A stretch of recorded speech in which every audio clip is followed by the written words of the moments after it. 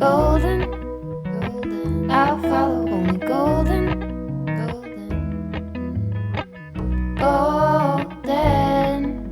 golden things.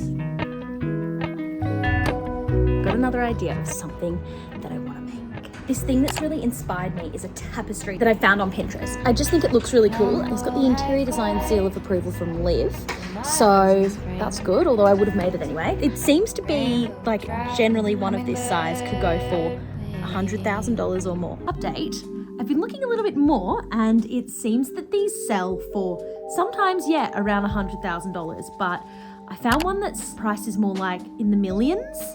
So that's pretty wild. This girl, Olga, like her things are so beautiful. I actually can appreciate why they sell for that much because it just seems to be such a level of artistry. So price wise, definitely will not be buying one. So I have to make it myself. I seem to have also stumbled across a sample that she made in 1985. She signed the back of it. Like, I think it is the actual sample that she was just testing out to see if this would work, which is quite funny because every time I make something, Liv is in the background going, you need to make a sample, and like won't let me just go in and do things. And like, admittedly, she is right. Whenever I actually do a sample, I end up making better decisions and it's less rushed. Like, it's all because I'm impatient that I don't want to do a sample. How funny that I found the person that I'm so inspired by also made a sample. So that's going to be what I embrace in this project, is just lots of testing and getting it really right, because the actual execution's I think is gonna be pretty straightforward. And so it's just a case of getting it right, and then you're just repeating it by making all of these tabs, you know. These kind of things that are on First Dibs and Sotheby's and these like high-end things are really hard to find a lot of information about, because often they're one of a kind. And so there's just the images from that one listing from the one time they sold or whatever, and you can't get a whole load of information about images of the back and the front and all the sides and all of the detail. But from what I can figure out, it seems that it's actually woven and it has these rectangles of fabric, but then areas where it's just the long strands and the side strands haven't been woven in, and then it comes back to having the side strands woven in again. So here's the thing, I can't weave it, I'm not going to do that, but I feel like it could be quite easy to make a version of it. So how would I do it? There's a few key things about this piece of artwork that I need to consider. First is the material. All you need is gold fabric, right? I'm going to choose a woven cotton because I think that'll look closest. When looking up close, you can see that it looks like they've got like a smooshed in gold effect. It's not just paint. It's like smoother in the middle. So that says to me that there's like a thicker kind of pigment that's been applied to it. So I need to find some kind of thick paint. It needs to be a really good gold. It needs to be really shiny and look like it might be actual gold. So like a cheap metallic paint will not do. So I need to research that and just see what's good. The next thing is the shape. I want it to be big, so I'm going to cut out one piece of fabric as the base, but then there are the tabs. So the tabs are like rectangles. The tabs are all hanging at different levels, and also sometimes they overlap. So if you wanted to do this cheaply, you could get a long panel and just snip, snip, snip, snip, snip, and then layer on like a fringed thing, but it wouldn't have the same effect that this one has, because this is all about that sort of individual, all assembled together look. So that's the shape of the tabs. Now, the next thing is, how are the tabs assembled? Obviously in the original, they are woven in a complex way. How can I replicate that? Because I'm not weaving it, how can I attach those tabs to the backing? I could sew it, I could hand sew it. I've even looked at that tool called a micro stitch. I'm very interested in it. I've seen it on TikTok. It literally is like a gun that lets you do one stitch, and it could be pretty good for this, but can't be bothered to buy it. So I'm gonna try and figure it out without that. Now, I could hand stitch it. Hand stitching would take longer. That could work. Or what I'm leaning towards now is a staple gun, because I could just staple each one in, and if I needed to unwrap them and pick them off, you could. And it's pretty forgiving because it's like a frayed thing.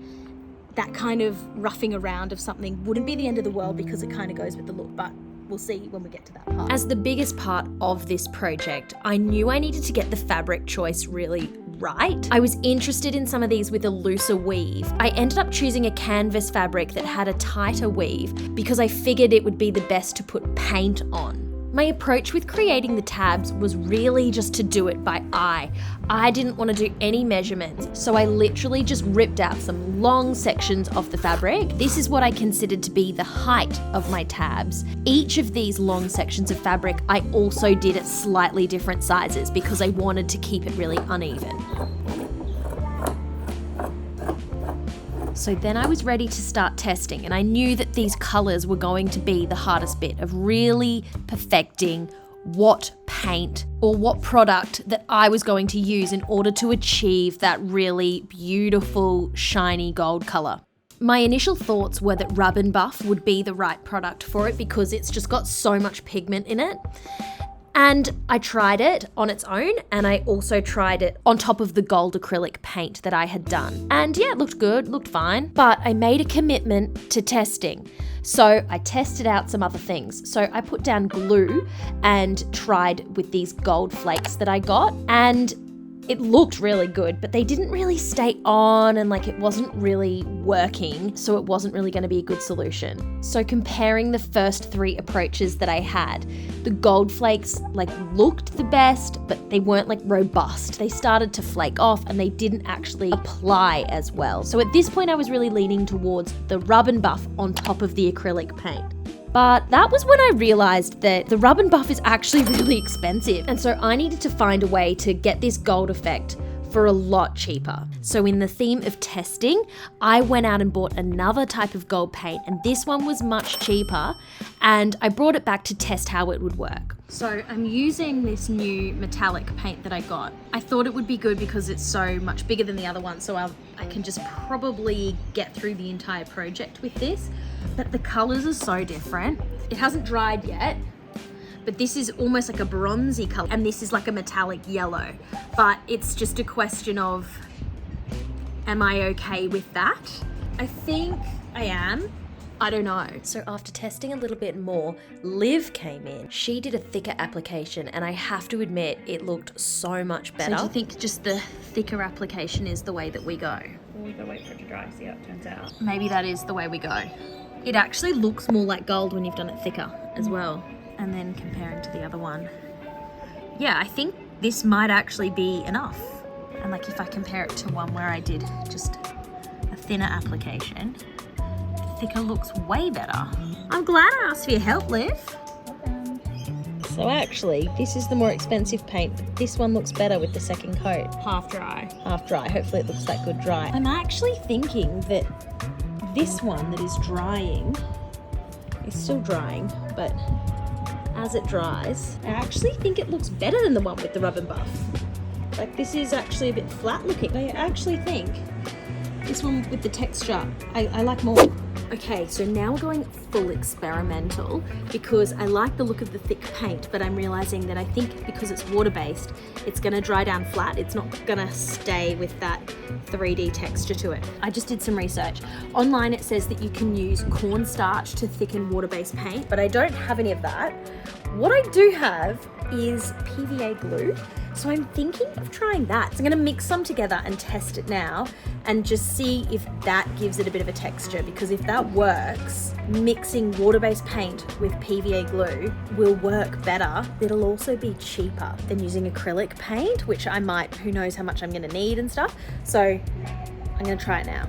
I tried mixing the glue and the paint together, and then I also tried putting down a layer of glue and letting it dry first before applying a layer of the mixture.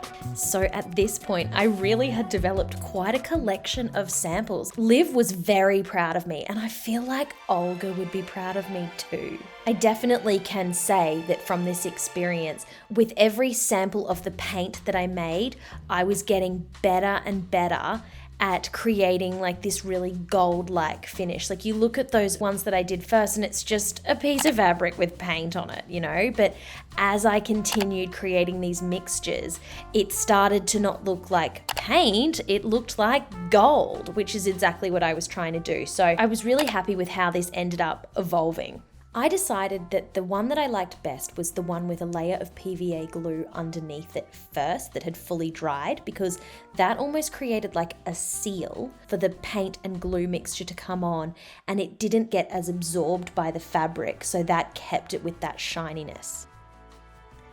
I thought that this was how I was going to do this. So I went into full production mode of replicating that technique on all of the tabs, and I started to do the layers of glue and paint. Now this took quite a while because it needed to dry in between each coat, and so that was a bit of a pain and really slowed me down, but Now overall, I was really quite impressed with myself that I had found such an easy way to make cheap poster paint look so good.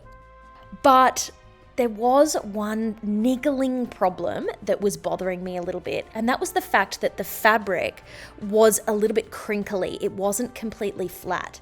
And that was, I think, just from so much glue being at play. So I was trying to straighten it out by keeping it under some heavy books.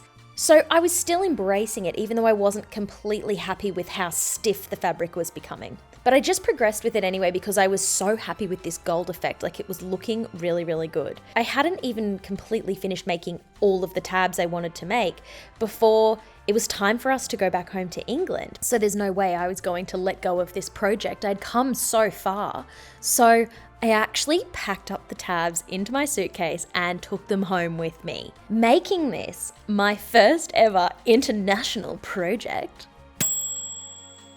So I thought I was going to take these home and finish the project in England. But spoiler alert, that's not what happened. I was browsing more pictures of Olga's beautiful artwork, just loving it, when I came across a little nugget of information showing the materials that she used. She used gold leaf and gesso.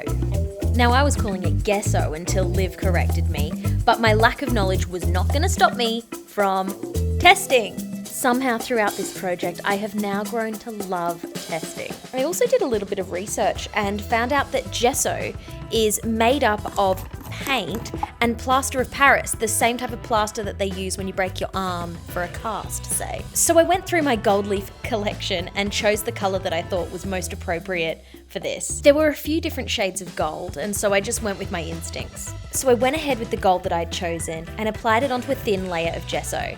It took a few goes to get the hang of it, but once you get the hang of it, it is quite manageable and easy to do. I definitely recommend keeping the paper that it comes with on the backing to press it down.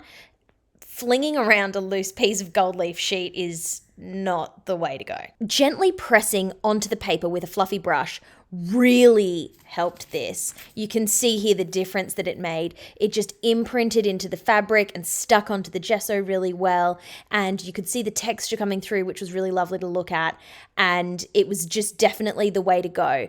I don't recommend fiddling around like this though. Just put it down and let it dry, and then come back later to do the edges. This is just this was me being too keen.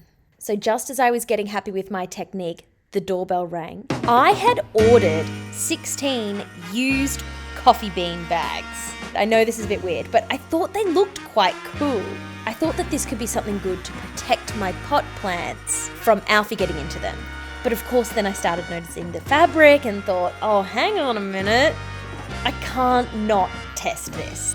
So I went at it again, cutting out the fabric, and thinking this time that this really loose weave with a lot thicker fabric might be really interesting. I laid down a strip of the first fabric I was using as well, and I just wanted to do these side by side at exactly the same time with the level of technique I'd really started to refine on this because I was getting a lot more confident with it. After laying down the gesso, I got the gold leaf sheets and placed them down, and I put a lot of effort into making sure that I rubbed them in right in, because the more you rub it, as long as you do it gently, the more you rub it, the more that you can start to reveal the texture of the fabric underneath, and that's when it really starts to be quite interesting and look like quite a peculiar thing, because is it gold or is it fabric, I found that once it was completely dry, you could literally just brush off the edges along the frayed parts. However, I was actually starting to reconsider if I even wanted frayed edges. I was starting to think, as I cut this, I quite like that crisp edge there. it has a nice look to it. And I think that my fraying actually was a bit too hardcore, and Olga's wasn't that frayed at all. It was a little bit frayed, but not really. And I was starting to think that actually I didn't want it frayed. I just wanted to cut like that. There's something about this little square that as soon as I had done it, I just knew that this is what I wanted. This is what I was wanting the whole time. So I still finished up that other little sample I did with the coffee bag fabric, but I just knew that I'd found the one. By this point, I had refined my technique so much. I figured out that if you paint big strips of the gesso and lay down each of the squares, it means that you can have a big sheet of the gold leaf. Maximize the surface area with each of the squares to make one continuous long strip of the gold. It also just made for a lot more efficient production of things. So that first one I was doing took so long because it had so many different layers that needed to be fully dry before you could do the next layer that then needed to fully dry again. Whereas this, you put down when the gesso is still wet, and it only takes as long as it takes for gesso to dry, you know? And that just makes it so easy. Eventually I realized that I'd been mixing up the shades of gold, and so I had a collection of 2 different shades of gold. You could only tell the difference between them when they're next to each other, but I really did want it to be consistent for the final product. So I just decided if I buy more gold leaf on Amazon, I'll just go with whatever colour that is. So the new gold foil is another shade of gold. Who knew that there were so many different shades of gold? This is the one that I'm going to use, the new one. Mostly because it's actually bigger, so I can create bigger things with it. So this one's definitely better, and I'm happy with this gold colour. It's like I would call it like a champagne gold colour. I think that I do like this really yellow gold colour, but I think that I'm going to go with this. It took me so long to realise I have these different shades of gold. So literally I have this much of the yellow gold and this much of that more rose gold kind of colour. I need to find a use for them. So I've thought about it, and you know, what would Olga want? I'm gonna make 3 samples, and I'm just gonna make them to the size that I can with what I've got. What am I gonna do with these samples? I don't know. Maybe I'll put them on Etsy and sell them or something and see if somebody else wants them. And you know, if I become like an artist one day like Olga, maybe it'll be worth lots of money. I ended up testing out glue to secure the tabs in place because it allowed me to really position things exactly where I wanted them. And I found that the best technique with laying these down was to really try to keep a loose idea of horizontal lines so that you can still see that the tabs are really in rows.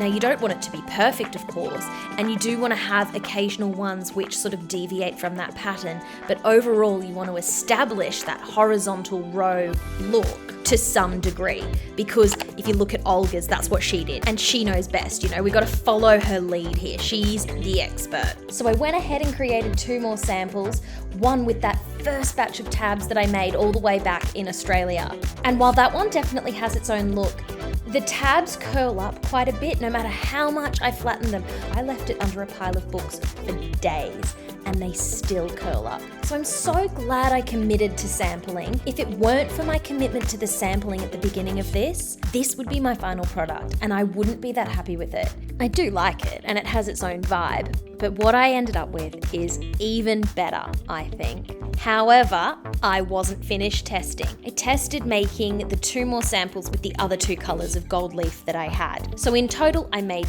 3 samples and I've signed the back of them and I've listed them for sale on Etsy. So I'll leave a link below if you're interested. I just feel like someone has to treasure these like I do. So after all this testing, I finally felt really confident to make the final product. And thanks to all the testing I did, it was actually probably the easiest one to make because I had so much practice in how to do it. So I lay down the gesso, make sure you do it in a thin layer, and then I put on the squares of gold leaf. Now doing it with the bigger sheets of gold leaf really does make a big impact as well. So don't worry, I'll leave a link to this exact one in the description below. I used the same fluffy brush to brush away the excess once the gesso had fully dried. It is really important that you do this when it is fully dry because if it's still wet, you can brush away the actual gold leaf. You can always do a second layer as well if there's any gaps, but you just need to be extra careful when you're doing that. Mountain laurel high fives for miles in spring. Rainbow trout and a hummingbird wing. Golden, I'll follow only golden. Golden, golden things. Gold hair, gold rings, gold leaves, gold anything, golden. I'll follow only golden, golden, golden things.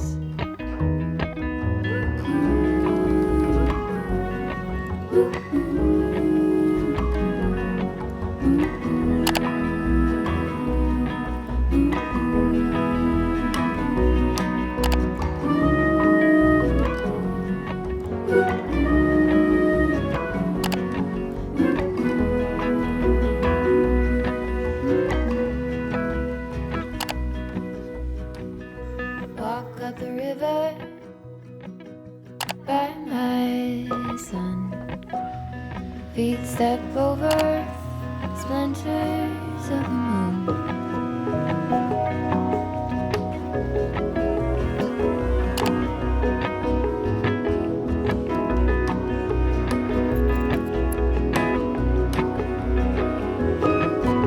Golden, I'll follow only golden, golden, golden things. Gold birds, gold string, gold words, gold anything, golden. I'll follow only golden, golden, golden things. Golden, I'll follow only golden, golden.